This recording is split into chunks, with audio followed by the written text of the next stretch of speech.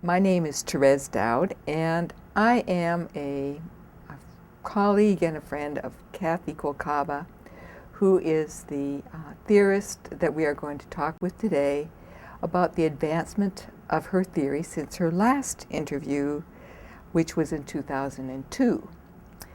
At that time, she discussed her theory, how it evolved, and it became a theory and a practice tool.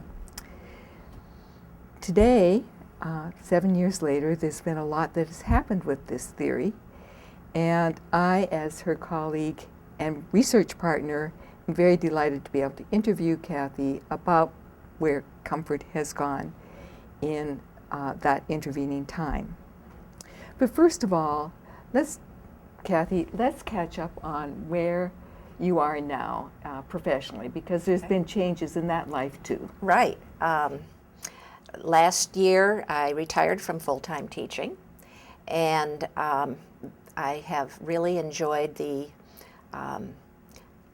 an emeritus faculty member at the University of Akron. I knew that I wanted to continue my summer teaching of my internet theory course because I think that the students keep us updated and stimulated with and give us new ideas all the time. So I really wanted to keep my teaching role, but for a more limited time, so that I could go out into consulting arrangements and be able to spend more time doing that. Right now, I feel that if I don't promote the theory, maybe nobody else will. And it's probably a bit of insecurity on my part, but I have enjoyed being out in the front lines again, working with hospital nurses and administrators to see how they can use the theory to improve their working environment and increase patient satisfaction. So I've been busy doing that in the last couple of years. Excellent. Yes, and you have. One of the things I'm thinking will come into this as we go on to talk about the advancement of the theory, both in professionally as well as contribution to the science of nursing, is that the first basic things that I think have helped to advance and disseminate this theory have been your website and your book. And you were an early on person. You got on the web early on in the field. And how has that contributed to the dissemination? Because I think that's been part also of your consulting. Well, it has been a very successful way to disseminate, and I owe that idea to my son-in-law, who is a tech support person in Chicago. And after I graduated with my PhD, he said, "Kathy, you really should put this on the web." And the web was brand new in 1996.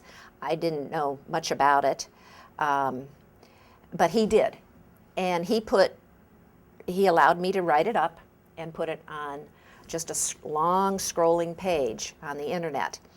And it was also linked to another web page, early web page, where all the current nursing theories were listed.